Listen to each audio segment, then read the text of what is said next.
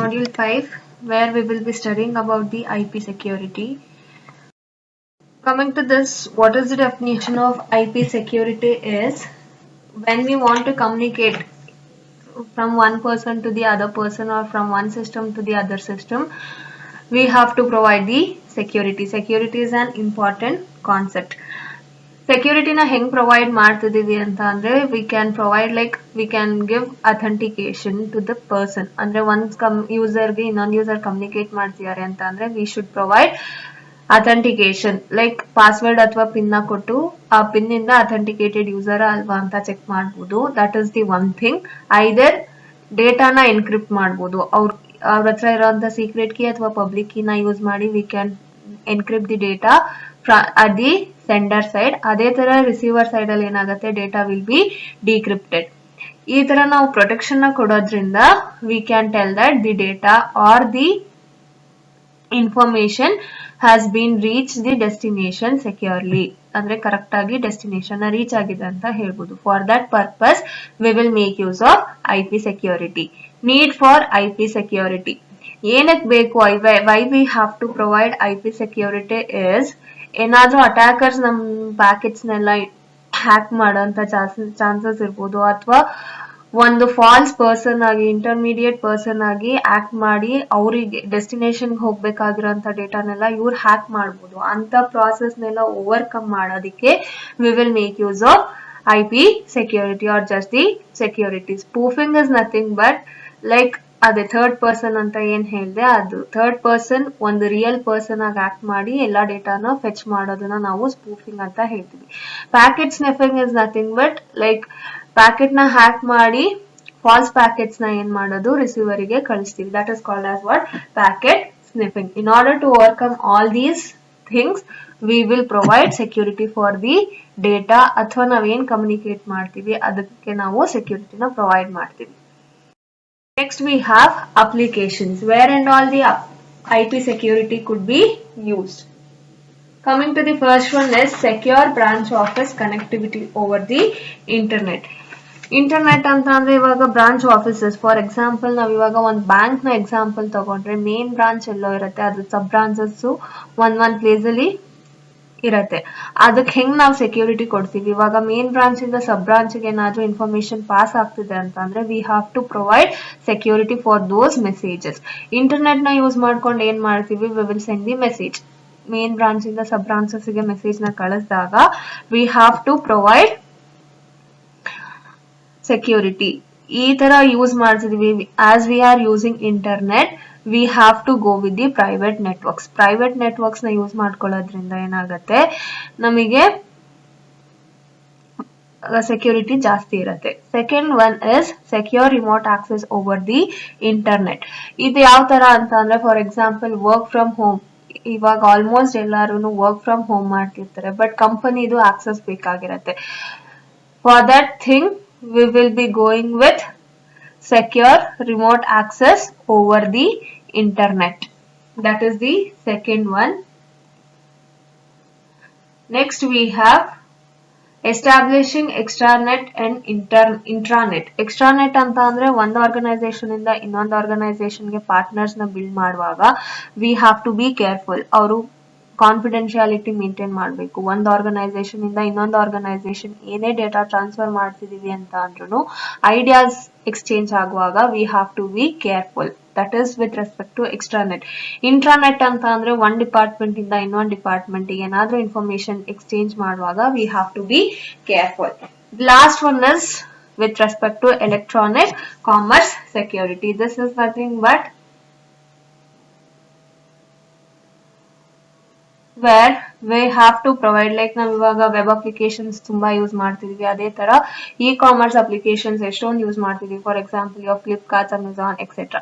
ಇದನ್ನೆಲ್ಲ access ಮಾಡ್ತಿರೋದ್ರಿಂದ how the datas, ನಾವ್ ಏನೇ ಡೇಟಾ ಪ್ರೊವೈಡ್ ಮಾಡಿದ್ರು that should be secure. How they are going to provide security, that and all will be done by making use of your IP security. So these are the 4 applications that comes under your IP security protocol. Here we have an example where it is depicting how we can make use of the IP security protocols. ಇವಾಗ ನಾನು ಏನಾದರೂ lance ಅಥವಾ ಅಥವಾ wands ನ use ಮಾಡಿಕೊಂಡು ಡೇಟಾನ send ಮಾಡ್ತಿದ್ದೀನಿ ಅಂತ ಅಂದ್ರೆ how I can provide the security.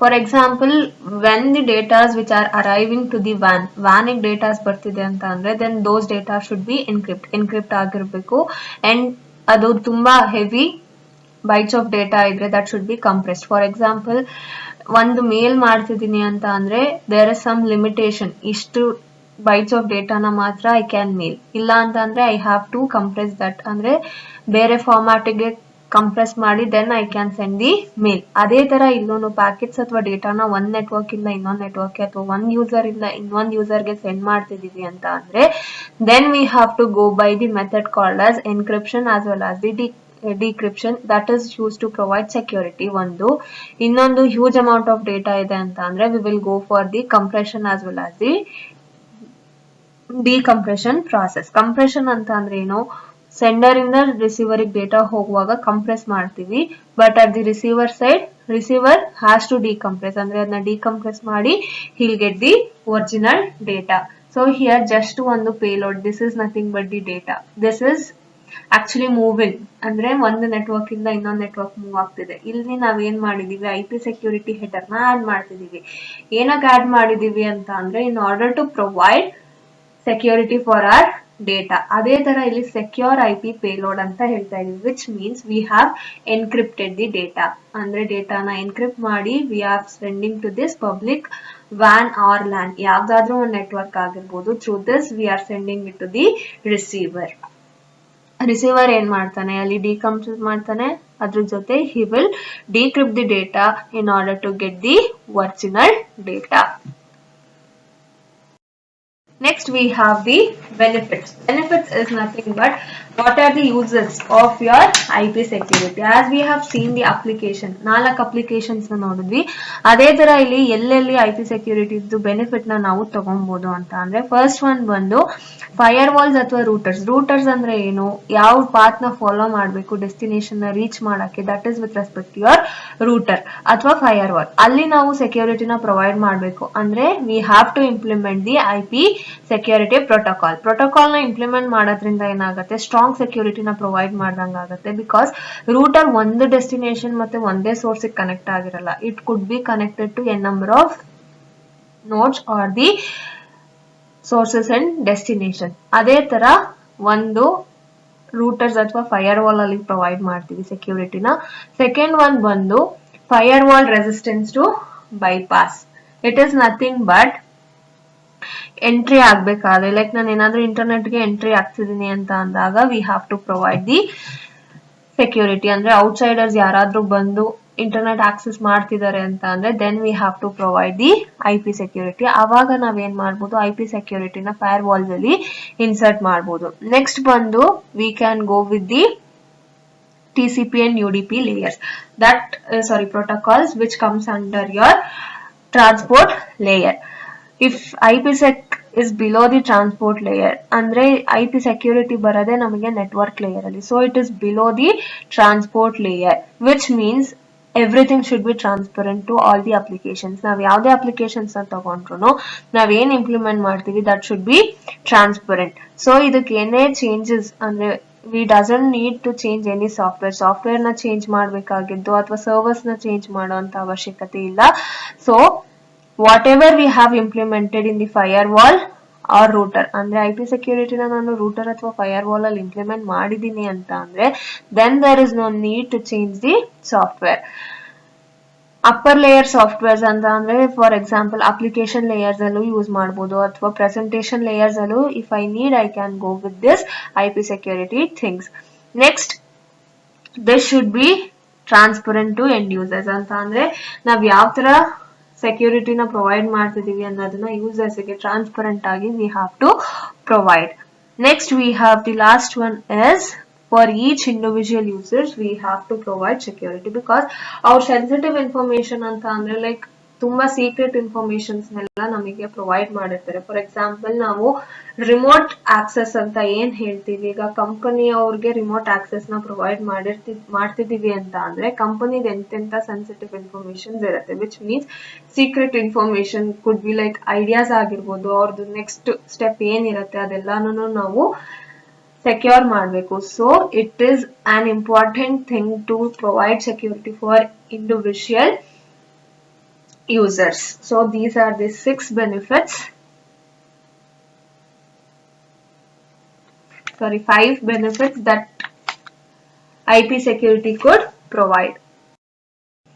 Next we have the routing application. Routing applications ಅಂದ್ರೆ ಏನು, ಯಾವ ತರ ರೂಟಿಂಗ್ ಮಾಡ್ತಿದೀವಿ, ಡೆಸ್ಟಿನೇಷನ್ ನ ರೀಚ್ ಮಾಡಬೇಕು ಅಂತ ಅಂದ್ರೆ ನಾವ್ ಯಾವ ತರ ರೂಟಿಂಗ್ ನ ಮಾಡ್ತೀವಿ, that is the thing. Router first ಏನ್ ಮಾಡ್ಬೇಕು, ಹೊಸ ರೂಟರ್ ಬರ್ತಿದೆ ಅಂತ ಅಂದ್ರೆ ಅಥವಾ ಒಂದ್ ಪ್ಯಾಕೆಟ್ ಬರ್ತಿದೆ ಅಂತ ಅಂದ್ರೆ ಅಡ್ವರ್ಟೈಸ್ಮೆಂಟ್ಸ್ ಮಾಡ್ಬೇಕು. ಐ ಆಮ್ ಅಲೈವ್ ಅಂದ್ರೆ ನಾನು ಇನ್ನ ಇದೀನಿ, so that you can send the data through me, I send it to the destination. ಆ ತರ ಒಂದು ಅಡ್ವರ್ಟೈಸ್ಮೆಂಟ್ ನ ಕೊಟ್ಟಾಗ ಬೇರೆ ಆಥರೈಸ್ಡ್ ಯೂಸರ್ಸ್ ಏನಿರ್ತಾರೆ ಅವರಿಗೆ ಗೊತ್ತಾಗುತ್ತೆ. So still this router is alive, so that I can send the data through this router.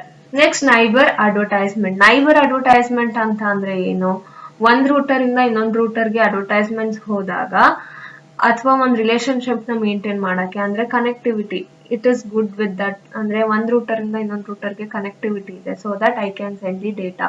That is with respect to your neighbour advertisement.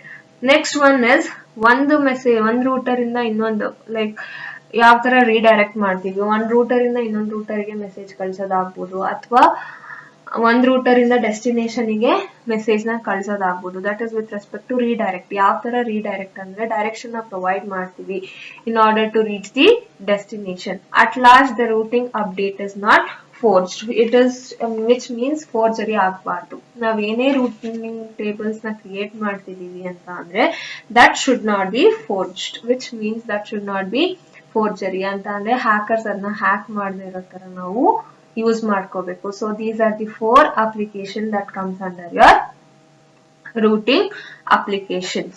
Next we have the documents. IP security ನಲ್ಲಿ ಯಾವ್ಯಾವ ತರ documents ಇರುತ್ತೆ ಅಂತ ಅಂದ್ರೆ we have 5 documents. The first one is architecture. Like coming to this architecture, ಯಾವ ತರ architecture ನ use ಮಾಡ್ತಿದೀವಿ, it is nothing but general concepts. ಅದ್ ಯಾವ ತರ ಡಿಫೈನ್ ಮಾಡಿದೀವಿ ಮತ್ತೆ ಯಾವ ತರ ಮೆಕ್ಯಾನಿಸಮ್ಸ್ ನ ಯೂಸ್ ಮಾಡಿದೀವಿ ಅಂತ ಹೇಳೋದಕ್ಕೆ we will make use of the architecture. The second one is the authentication header. ಅಂದ್ರೆ ಏನಾದ್ರೂ ನಾವು ಮೆಸೇಜ್ ಗೆ ಅಥೆಂಟಿಕೇಶನ್ ನ ಪ್ರೊವೈಡ್ ಮಾಡ್ಬೇಕು ಅಂತ ಅಂದ್ರೆ then we will make use of this authentication header. Then we have the ESP. ESP is nothing but encapsulating security payload. Encryption ಬೇಕು ನಂಗೆ authentication ಬೇಕು, ಎರಡೂ ಬೇಕು ಅಂತ ಅಂದ್ರೆ then we will make use of this ESP. Just authentication ಬೇಕು ಅಂತ ಅಂದ್ರೆ we will go with authentication header, but where we want both encryption as well as decryption ಅಥವಾ combination ಬೇಕು ಅಂತ ಅಂದ್ರೆ then we will make use of this ESP protocol or ESP payload. Next we have internet key exchange. ಅಂದ್ರೆ key exchange mechanism already ನಾವು ಓದಿದೀವಿ. ಯಾವ ತರ key exchange ಮಾಡ್ಕೊಂಡು we can encrypt the data, that comes under your internet key exchange.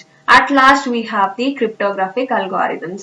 As we have studied a number of algorithms in the previous chapters, ಯಾವ ತರ algorithms ನ use ಮಾಡಿ data ನ encrypt ಮಾಡ್ತೀವಿ ಅದೇ ತರ we will decrypt based on the key exchange. Key ನ ಯಾವ ತರ ಎಕ್ಸ್ಚೇಂಜ್ ಮಾಡಿ ನಾವು ಡೇಟಾಸ್ ನ ಎನ್ಕ್ರಿಪ್ಟ್ ಮಾಡ್ತೀವಿ, for that particular encryption and decryption ನಾವ್ ಏನ್ algorithms ನ ಯೂಸ್ ಮಾಡ್ತೀವಿ, those algorithms are called as what? Cryptographic algorithms. Next we have the services.